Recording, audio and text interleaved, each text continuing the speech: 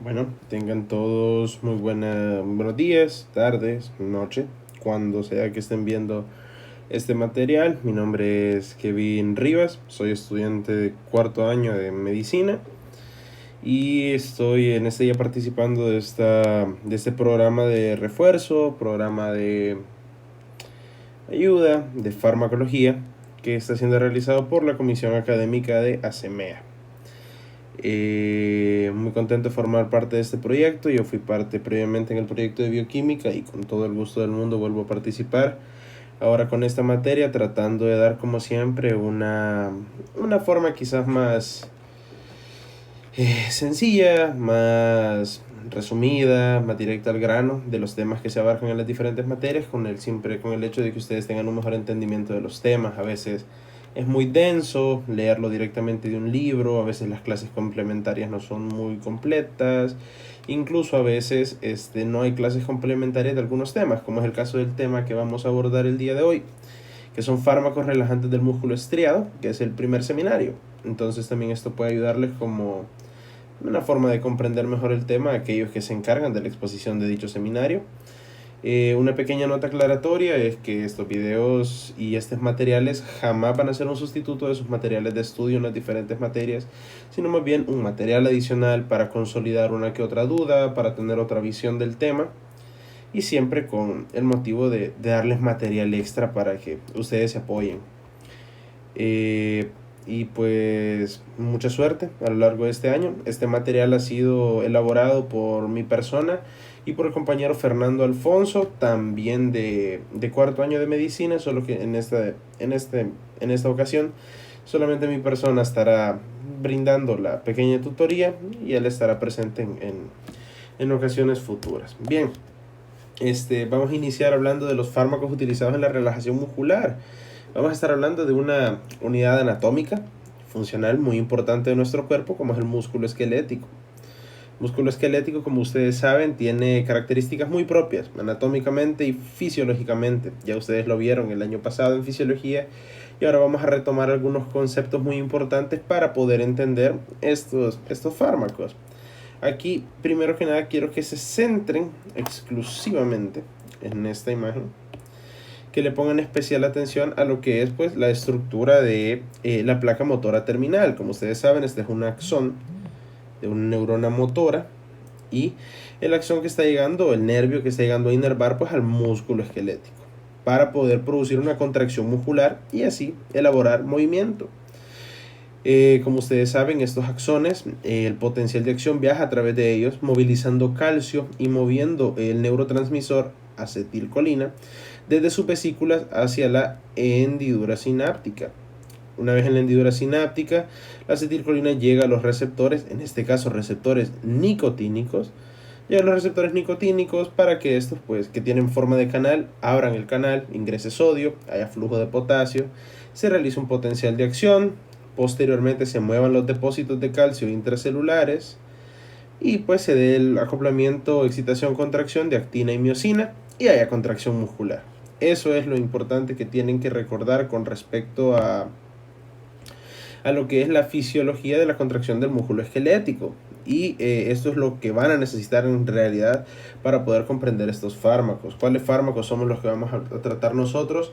Son dos tipos: bloqueadores neuromusculares y espasmolíticos o antiespasmódicos. ¿Cuál es la diferencia entre ambos? Los bloqueadores neuromusculares van a producir parálisis y los espasmolíticos se van a encargar de deshacer parálisis. O cuando tenemos un músculo espástico, que es una parálisis o una contracción sostenida, el espasmolítico lo va a desaparecer. Entonces, fácil, bloqueador neuromuscular va a producir parálisis, ya les voy a explicar en qué contexto, y los espasmolíticos van a deshacer espasmos. Así, fácil, no vamos a tratar de irnos a algo excesivamente complejo.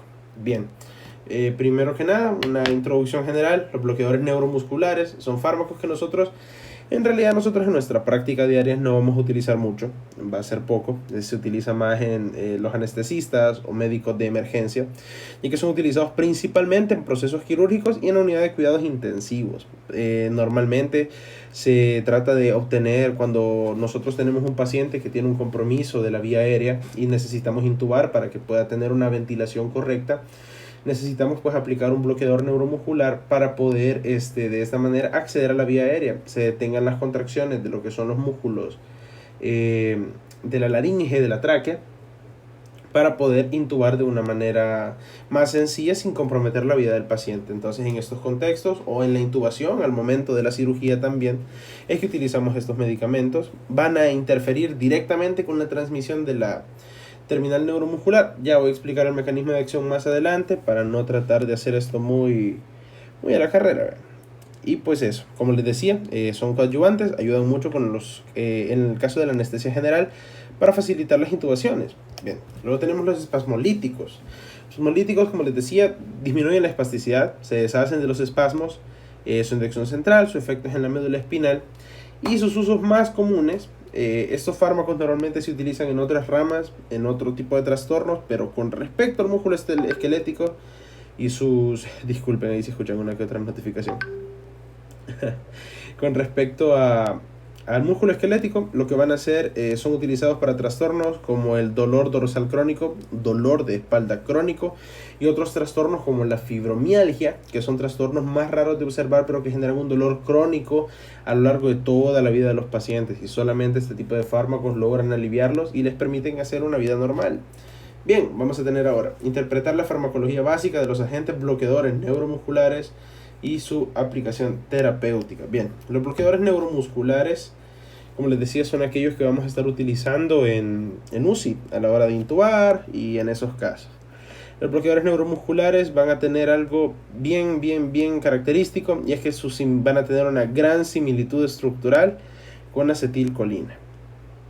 Todos los bloqueadores neuromusculares, ya sea vamos a tener dos tipos de bloqueadores neuromusculares, cosa que también es importante: despolarizantes, no despolarizantes. Esto dependiendo de cuál va a ser su efecto sobre el receptor de acetilcolina, porque todos ellos van a actuar en el receptor nicotínico de acetilcolina. Nosotros recordamos esta imagen, siempre tenganla en su memoria. Todos los bloqueadores neuromusculares van a actuar aquí, en el receptor nicotínico. Todos, sin importar el tipo. Pero hay dos tipos, despolarizantes y no despolarizantes. ¿En qué radica la diferencia? Tenemos bloqueadores despolarizantes, que lo que se van a encargar es de generar un exceso o simular un exceso de acetilcolina en los receptores. O sea, se van a encargar de que el receptor piense que hay mucha acetilcolina, o vamos a usar moléculas similares a acetilcolina que se van a unir al receptor y van a tener un efecto más grande. Y entonces el músculo se va a estar contrayendo con tanta fuerza, o va a tener tanta demanda de contraerse, que en algún momento ya no se va a poder repolarizar y ya no se va a poder contraer normalmente. Esos son los despolarizantes, porque producen primero una gran despolarización y después ya no. Igualmente lo vamos a ver más adelante, solo para hacer una breve introducción. Los no despolarizantes simplemente bloquean el canal, el receptor de acetilcolina. Directamente no permiten que se una la acetilcolina y por ende no va a haber una despolarización. Ahí se detuvo la actividad del músculo. Bien, ok. Continuando, bien, lo que les decía, todos los bloqueadores neuromusculares tienen similitud estructural con la acetilcolina. Aquí lo vamos a ver mejor. Primero tenemos, aquí está la molécula de acetilcolina, y como pueden ver, succinilcolina es un bloqueador neuromuscular despolarizante. Succinilcolina son literalmente dos moléculas de acetilcolina. Similitud estructural, ahí está, por eso se une el receptor. Pero tenemos otros casos, como por ejemplo el pancuronio. Pancuronio, bloqueador neuromuscular no despolarizante en este caso. Y como podemos ver, está la estructura de acetilcolina, simplemente que está un poquito escondida. Aquí está, podemos ver bien, la estructura está ahí, hay acetilcolina y similitud estructural. Aquí igualmente hay similitud estructural, esas son dos moléculas de acetilcolina, pero con un núcleo esteroide. Pero sigue teniendo la similitud estructural de acetilcolina y por eso se une a su receptor. Ahí está, vamos a ver más ejemplos. Tenemos la tubocurarina, también un bloqueador no despolarizante y además el más común, o el prototipo, ya más adelante lo vamos a ver. Igualmente aquí podemos ver, al localizar estos nitrógenos, estos iones amonio, podemos encontrar la estructura de acetilcolina, al igual que aquí en el atracurio. Ese es un dato muy importante. Bien, Aquí lo que les mencionaba, los agentes no despolarizantes van a ocultar esta doble acetilcolina en unos anillos voluminosos que pueden ser de dos tipos, eso se me escapaba: anillo esteroide, como el caso del pancuronio, o anillo de isoquinolina, como el caso del atracurio. No nos vamos a meter en este rollo de qué es la isoquinolina, sino que simplemente son estas configuraciones de 3 anillos, ¿sí? A diferencia del núcleo esteroide, que ustedes ya lo conocen de buena manera. Bien, avanzando. Vamos ahora a hablar de la farmacocinética. Ya sabemos que es farmacocinética todos aquí, estamos en la misma página. Efecto del cuerpo a la droga. Bien. Como les decía, tenemos dos tipos de bloqueadores neuromusculares: no despolarizantes y despolarizantes. Vamos a empezar con los no despolarizantes. ¿Cuáles son estos? Todos los que no sean succinilcolina. Puede sonar un poco ambiguo, pero es cierto. Todos, ya sea tubocurarina, atracurio, pancuronio, becuronio, pipecuronio, rocuronio. Ustedes ya lo van a ver en su libro, van a tener más tiempo de verlo cada uno, pero fácilmente. ¿Cuáles son los no despolarizantes? Todos los que no sean succinilcolina. ¿Ok? Entonces todos estos, como les dije, van a haber de dos tipos. Unos van a tener un anillo de esteroide y otros un anillo de isoquinolina. Y bueno, ¿qué características farmacocinéticas tenemos? Una vez el fármaco se va de la sangre, ¿sí? Va a tener una distribución inicial muy rápida. O sea, de la sangre va a salir muy rápido, pero del organismo no, porque van a tener una eliminación relativamente lenta, y esta eliminación va a ser en función de qué características de excreción tiene el fármaco. Si tiene excreción renal o hepática. Normalmente todos los bloqueadores no despolarizantes que se eliminan de manera renal tienen una semivida más larga. Esto quiere decir que van a permanecer más tiempo en nuestro organismo, por ende una excreción más lenta. A diferencia de aquellos que tienen excreción hepática, que es un poco más rápida y por ende su tiempo de acción es menor. ¿Ok? Aquí vamos a mencionar algunos detalles al respecto. Vamos a ver. Sí, aquí está. Tenemos la farmacocinética, como les decía, los no despolarizantes, que son los que estamos tratando de momento, van a tener características altamente ionizados, rápida distribución inicial, una eliminación lenta. La distribución es rápida, la eliminación es lenta, y tienen un bajo volumen de distribución, no se alojan en los tejidos, no suelen alojarse mucho tiempo en los tejidos. Y tenemos dos tipos, esteroideos e isoquinolina. Estos son importantes, ya que nos vamos a ir prácticamente a la... Ya hablamos de un poco de la excreción, pero vamos a mencionar el caso del hígado. Tenemos dos de tipo esteroideo, dos bloqueadores no despolarizantes de tipo esteroideo, como son becuronio y rocuronio. Ambos de ellos tienen metabolitos activos una vez entran al hígado, que son 17, 3-hidroxi, 3,17-dihidroxi. Esos son los tres metabolitos activos. Digamos, becuronio se metaboliza en el hígado y tenemos después 17 becuronio, 3-hidroxibecuronio, 3,17-dihidroxibecuronio. Son sus metabolitos activos. Una vez estos metabolitos, o sea, como ya se metabolizó el fármaco, estos metabolitos normalmente no van a tener una gran acción de bloqueo muscular, a diferencia del 3-hidroxi. Pero este 3-hidroxi en casos específicos, por ejemplo, nosotros tenemos un paciente en UCI. Entonces nosotros le hemos estado aplicando becuronio mucho tiempo. Digamos, el paciente está, qué sé yo, en un estado de coma bastante avanzado y ha necesitado tener intubación, digamos, alrededor de 45 días. Imagínense, 45 días en régimen de becuronio. Entonces, obviamente, de tantas vueltas que ha dado por el hígado ese fármaco todos los días, se va acumulando un poco de 3-hidroxi, ¿sí? 3-hidroxi. Y entonces, este 3-hidroxi becuronio se ha ido acumulando, y ahora sí hay mucho acumulado por el tratamiento tan largo con becuronio. Entonces en este caso sí puede provocar una parálisis prolongada y dificulte la salida del ventilador mecánico al paciente, ¿sí? Esto debido a que el metabolito 3-hidroxi tiene la característica de tener una semivida levemente más larga que los otros metabolitos. En el caso de un bloqueador no despolarizante de tipo isoquinolina, tenemos al atracurio. El atracurio sufre un tipo especial de metabolismo que no es necesario que lo entiendan, no se describe extensamente en el libro y no es muy importante en realidad porque no estamos en química, pero para que lo sepan, el atracurio sufre un metabolismo hepático llamado eliminación de Hoffman. Esta eliminación de Hoffman va a tener dos metabolitos al final: laudanosina, lo siento, y un ácido cuaternario. Importancia poca porque no son metabolitos activos, no pueden causar ningún tipo de bloqueo muscular. Así que vamos avanzando. Tenemos ahora bien citracurio y mibacurio. ¿Por qué son importantes? Citracurio y mibacurio son por así decirlo, son estereoisómeros. En especial el citracurio, este muchacho de acá, es un estereoisómero del atracurio. Y tiene la característica de que tiene menor dependencia de la inactividad hepática, a diferencia del atracurio. El atracurio es un fármaco que si nuestro hígado, si tenemos un paciente con insuficiencia hepática, va a tener una semivida ridículamente alta y va a causar estas parálisis muy peligrosas en los pacientes.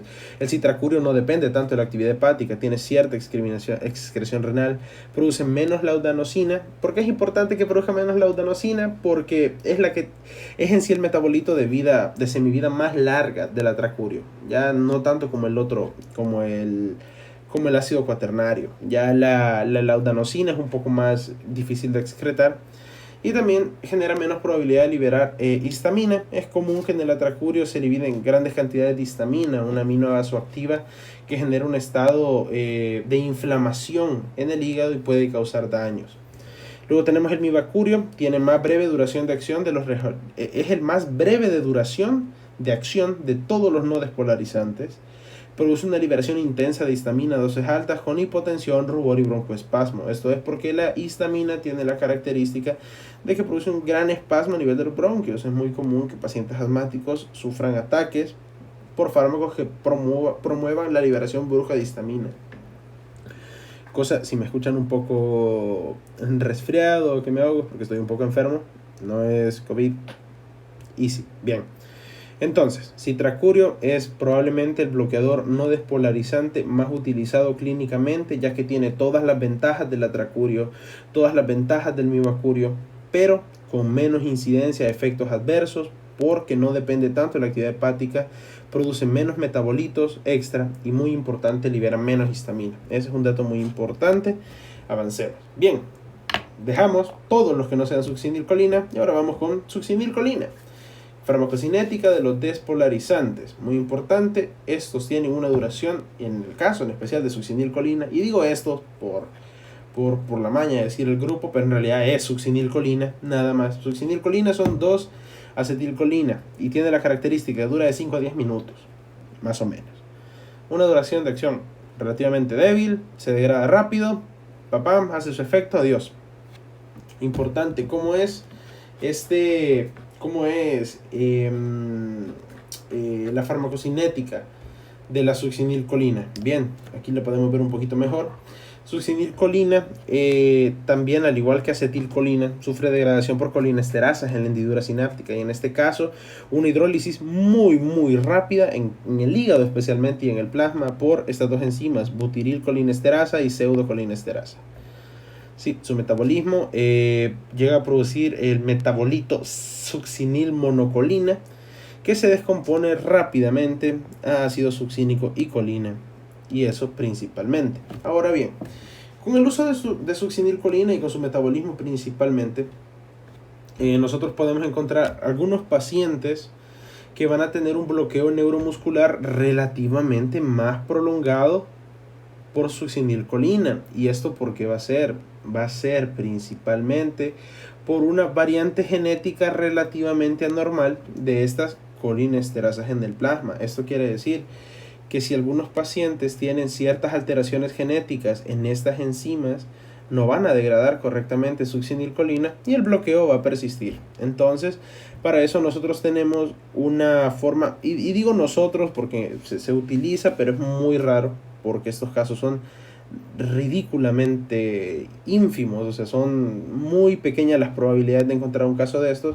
Igualmente no le resta importancia. Entonces tenemos el número de dibucaína. El número de dibucaína es una medida de la capacidad que va a tener nuestro paciente de metabolizar succinilcolina y es prácticamente un indicador de riesgo.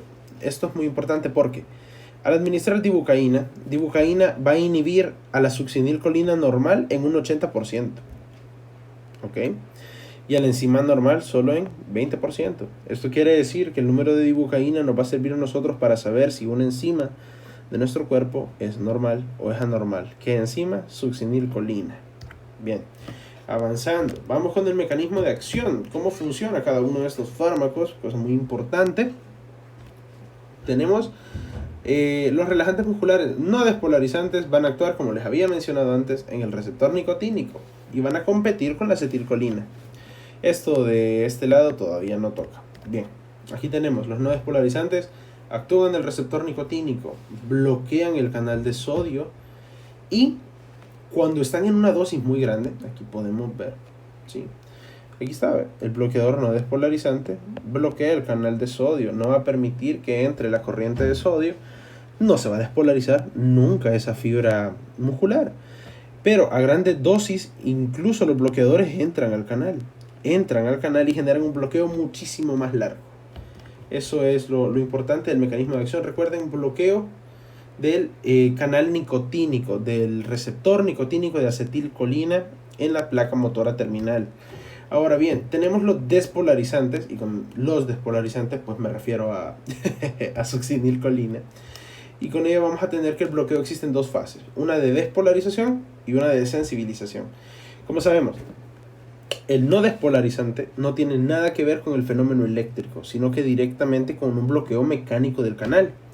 Ahora bien, el relajante despolarizante lo que va a producir primero es, la succinilcolina se va a unir al receptor nicotínico, abre el conducto y se empieza a funcionar normal, como que fuera acetilcolina. Empieza el influjo de sodio y se va a dar una despolarización normal. Hasta ahí todo completamente normal. ¿Qué sucede? Una vez que esto es tan sostenido, porque la succinilcolina tiene muchísima más afinidad que acetilcolina, entonces esta despolarización se vuelve sostenida. La membrana, una vez se retira succinilcolina, la membrana se va a repolarizar, pero no se va a poder volver a despolarizar porque el periodo refractario se va a ver extendido mucho más. Esto se llama desensibilización. Es tan sostenida la despolarización inicial en la fase 1, ¿sí?, que para la fase 2 la fibra ya no es capaz de seguirse despolarizando porque lo estuvo haciendo mucho tiempo. Se van agotando las reservas de calcio, ¿sí?, se va agotando el ATP y eso evita que se sigan generando más contracciones. Entonces logramos el bloqueo neuromuscular. Bien, ahora vamos, ya que hablamos de toda la parte aburrida, vamos a hablar cuáles son las utilidades reales de estos fármacos, que es quizás lo más importante. Vamos, con aplicaciones clínicas tenemos complemento de la anestesia quirúrgica como lo más importante, o lo más común más que lo más importante.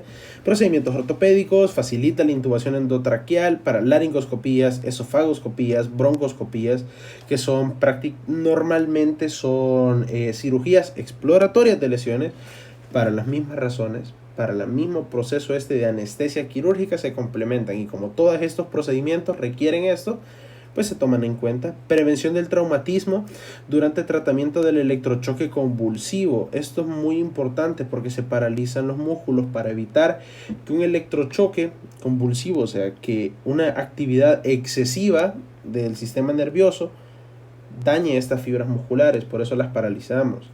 Y por último también tratamiento de estrabismo, blefaroespasmo y espasmos semifaciales. Estrabismo, hay un problema a nivel de las fibras musculares de los ojos, en el músculo oculomotor. Entonces vamos a tener estrabismo, son viscos, ¿sí? Para que quede claro, lo siento decirlo de esta forma, pero para que se quede claro, se puede utilizar estos bloqueadores para bloquear la actividad anómala de alguno de estos músculos y así poder llevar a una rectificación del ángulo del ojo. También para el blefaroespasmo es tener, por así decirlo, un párpado caído, ¿no? Igualmente, eso obviamente se alivia y se bloquea esa acción muscular y se puede tener un párpado correctamente funcional.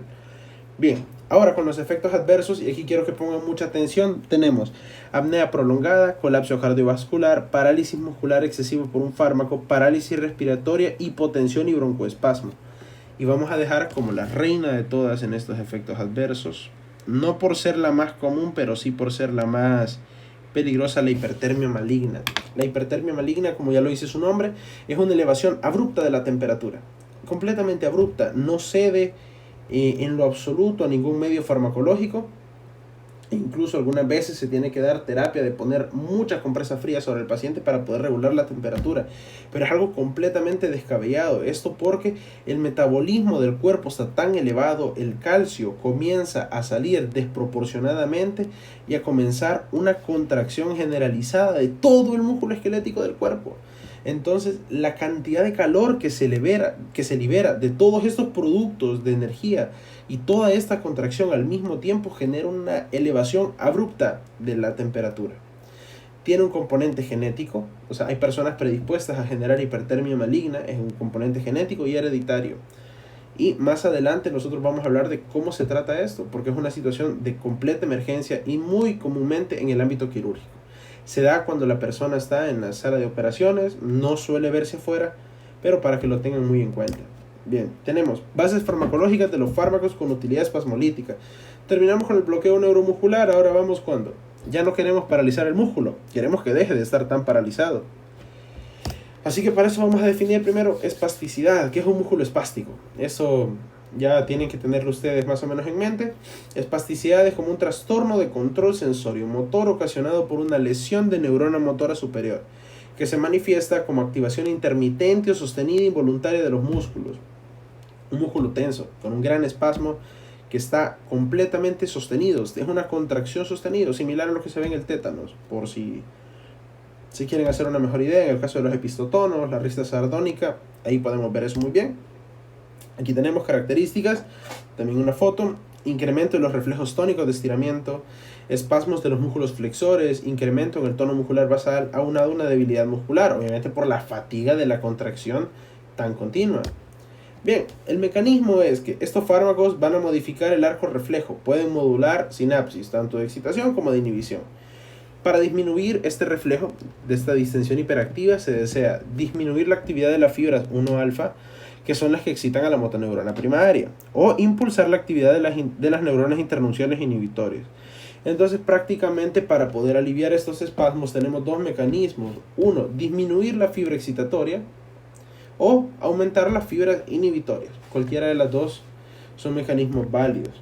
Los principales fármacos espasmolíticos son diazepam, baclofeno y tizanidina.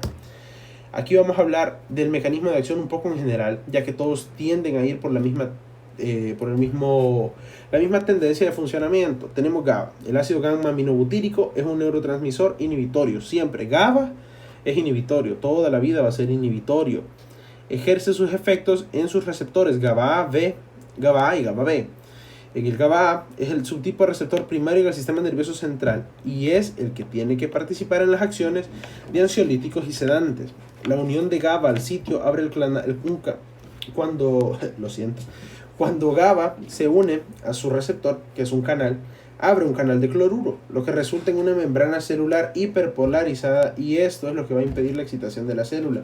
Eso es lo que queremos nosotros. Necesitamos hiperpolarizar esa célula que está despolarizada constantemente en este espasmo. Por eso es que este es el mecanismo de acción de estos fármacos. Aquí lo podemos ver un poquito mejor ilustrado. Ustedes revisan mejor estas imágenes en su libro con más tiempo. La imagen es bastante clara. Aquí tenemos el receptor GABA B. ¿Sí? Aquí tenemos baclofeno actuando en los receptores GABA B y GABA A. ¿Sí? Aquí podemos ver también toda esta modificación. Estos procesos suelen estarse dando gracias a estas neuronas internunciales inhibitorias. ¿Sí? Todos estos fármacos van a actuar bajo los mismos mecanismos. Pero ahorita vamos a ver algunas diferencias. Bien, aquí tenemos primero el baclofeno. Es agonista de GABA B y facilita la inhibición raquídea de neuronas motoras. El diazepam facilita la transmisión GABAérgica y la tizanidina es agonista de los adrenérgicos alfa-2 en la médula espinal. Si bien los mecanismos de acción difieren, su efecto va a soler ser el mismo. Y aquí lo tenemos: baclofeno, inhibición presináptica y postsináptica de estímulos motores. Diazepam aumenta la inhibición interneuronal de las aferencias motoras primarias en la médula espinal. Y tizanidina, inhibición presináptica y postsináptica del impulso motor reflejo. Entonces, al final, todos mediante mecanismos de acción distintos que ustedes pueden revisar acá, pero su efecto en general va a ser el mismo. ¿Sí? Una un aumento de la inhibición en un sistema errático que está súper excitado, ¿sí? Sus aplicaciones clínicas también las pueden revisar ustedes, de nada sirve que me ponga a leerlas, pero si se dan cuenta son todos casos de espasticidad o cualquier tipo de espasmos. Y finalmente vamos a hablar de un relajante muscular de acción directa, lo siento, que es dantroleno. Este es muy importante, muy importante, ya que si ustedes recuerdan esta condición de la que habíamos hablado, la hipertermia maligna, muy mala, horrible. Aquí tenemos el antídoto, por así decirlo, o el tratamiento que se suele dar farmacológico. No cede ante ningún fármaco. Cuando ya determinamos que es hipertermia maligna, aplicamos dantroleno. Dantroleno no se va ni a ninguna célula inhibitoria, no se va al canal de acetilcolina, esos medios no van a funcionar ante una hipertermia. Dantroleno actúa directamente en toda la estructura que tiene que ver con la liberación de calcio en el retículo sarcoplásmico del músculo estriado. Directamente el dantroleno va a disminuir la interacción de actina y miocina y debilita la contracción del músculo estriado, ¿sí? Esa es principalmente la acción de dantroleno y aquí la podemos ver, o sea, prácticamente dantroleno va a estar inhibiendo al músculo. ¿Por qué? Se va a la raíz de lo que nosotros necesitamos para que nuestro músculo se contraiga, que es calcio. Y esta es la mejor manera en la cual dantroleno ayuda a la hipertermia maligna, siempre acompañado de todos los remedios físicos que ya les había mencionado. Bien, entonces por mi parte eso sería todo con esta temática.